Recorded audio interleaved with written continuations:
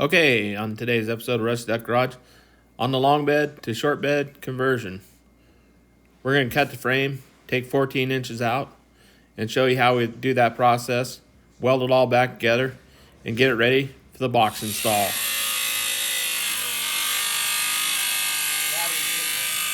Okay, just to give you a little visual aid here, I put some blue tape on there with the markings there. You can see we're going to remove 14 inches top and bottom in a Z-cut, and the Z-cut there will give it a little extra strength when we weld it back together because it's going to be overlapping the way it does. So the notches will be about 4.5 inches there on each end there where they'll interlock and overlap each other there. Now what I did, since from here to here, from the cab, has several places. I mean, you could cut about anywhere you want reasonably. But what I chose is right here where it's going to be right in the middle of these two holes that come down. And the reason is this is our fuel tank strap bolts that go here. So our fuel tank bracket will bolt on here. Strap goes through here. So, and this will stay because we're going to notch it here. And so I'll have 3 of my factory holes for my fuel tank to mount back up on. Which will make it easy. I don't have to locate them, drill the holes, any of that stuff. So that's the reason I chose that spot there. So with 4.5 inches here, 4.5 inches here, so we have 19 inches total here. But really, we're only taking 14 inches out because this is going to stay and slide forward. Yeah, so just did another little visual here on the other side. You can see there that we will be saving this, and all this goes out, and this just slides forward. 14 inches total. So 14 inches from here to here, 14 from here to here.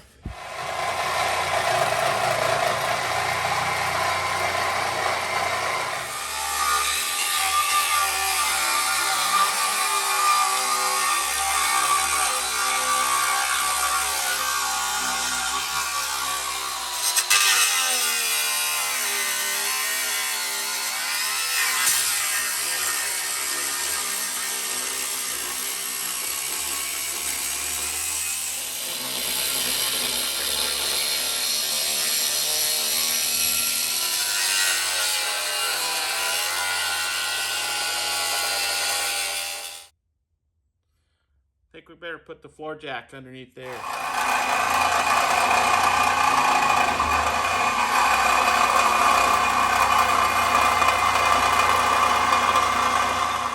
Need a hammer?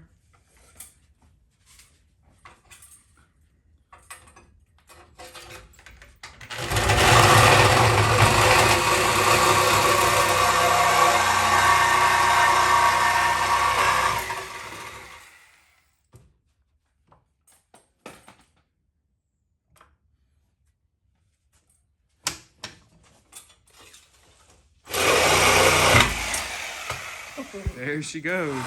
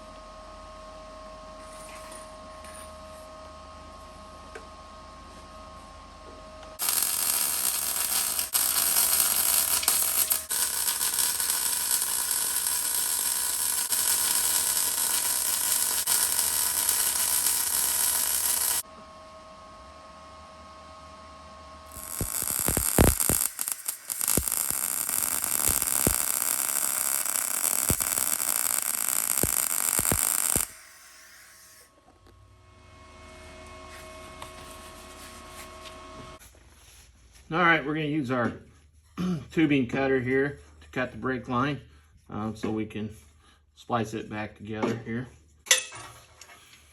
All right.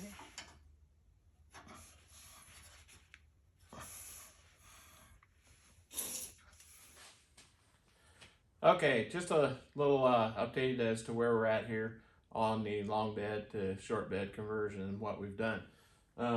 We've removed 14 inches out of the frame section right here. The way we did that was we did a Z cut. We cut it here, here, here, and here. And as you've seen earlier in the video, we did on both sides. And then we took the frame and moved it forward, so it gives us this section here that moved forward and locked in with this section here. Slid the frame forward, welded it back together, and we've got it all cleaned up here. And our fuel tank will bolt on under here, and one of the brackets comes up here, and there's 3 bolts, 1, 2, 3, that bracket will bolt onto the frame, and then there's a 4th hole that we'll drill here for the bracket. And that'll help tie this together because the splice was about right here and back here. So that's another strength through that bracket.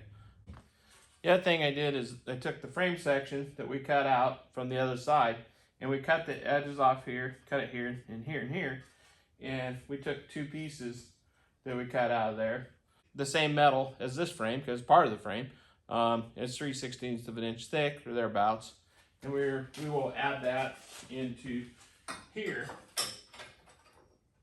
and we'll weld that into there to get us some added strength. We'll weld it horizontally and vertically on the ends, and also we'll plug weld it in these 2 holes, and we'll drill another hole here to plug weld it, and that'll give us our strength back in the frame. Shouldn't be an issue there. The emergency brake cable, we have to shorten the front section or replace it. Haven't decided which yet. Okay, if you wonder how we kept this thing square and to length, some of the rough measurements we did was from the back of the cab here to the end of the frame, which is about 83¼ inches. And we did the same thing over here. We checked it, and it was 83¼ inches. We also measured from the back of this mount to the opening there in the cross member. Made sure that both of those mounts were the same distance, and they are. And one other thing we did was measure from the center of this rivet here to the center of this rivet here, and 11½ inches, the same on both sides. And then we measured a cross pattern from, we marked a spot here on the frame to the corner back here in a diamond pattern, this way and this way, and made sure that the frame hadn't shifted one way or another. We also used, not this, but a longer straight edge that we used to make sure that the frame was level across here and here before we welded it. So we wanted to make sure that the frame was not high, low, or out of square before we welded it. And we welded it, and we've checked our measurements after welding it, and we're all good. Feel real good about the welds on it and our cuts there. Okay, some of you are probably wondering what welder we use. Well, we use the little titanium MIG 170. There's 120, 240 volt that we picked up at Hobo Freight. Seems to be a very good welder. On 110, I don't have a good 220 outlet out here in the shop, so we welded it with 110. My intent was originally to just tack it, get everything into place, and then take it to where I could plug it into 220, 240 outlet, and then weld it with that. But I did a couple of test areas with the 3/16 of actually pieces of this frame, and it welded very nicely and very, very good penetration on it. One of the things that I like about this welder is on this chart here, we use 75-25 argon, and it gives you some selects here, and we used 030 wire, and it tells you what to set your wire speed at, the amperage, and the inductance on it. And we set it according to this chart, which is pretty much maxed out for the 110 side of this. But we set it to those and did a couple of test welds before welding on the frame, and it really did a nice job. Very, very happy with it. Nice and smooth, no issues with the welding on it. This welder was about, I can't remember, under $600. You catch it when they have a sale or coupon, you can get it for less than that. We did add the bottle and the cart to it. And this is what the front of our little welder looks like. It's a titanium MIG 170. Seems to do a good job for this project.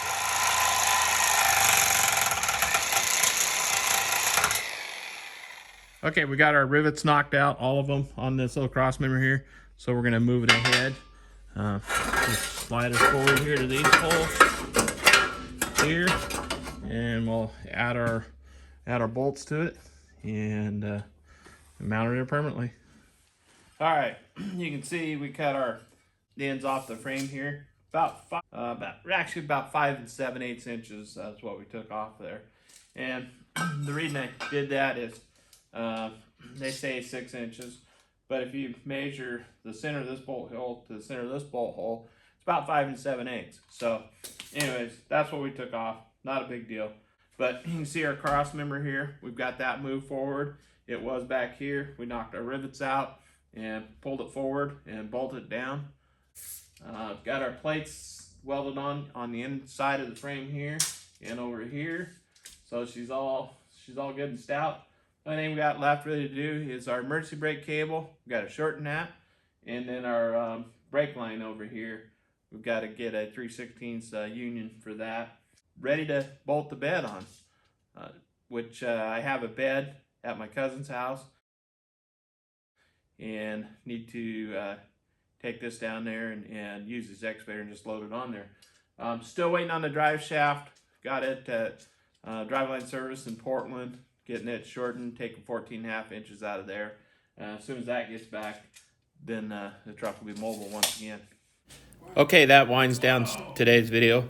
Next week, we will install the bed on the truck and the drive shaft, and hopefully take this truck for a little drive there. And thanks for watching today's episode of Rusty Duck Garage. And if you would, please hit that like button, hit that subscribe button. And we'll catch you next time at Rusty Duck Garage.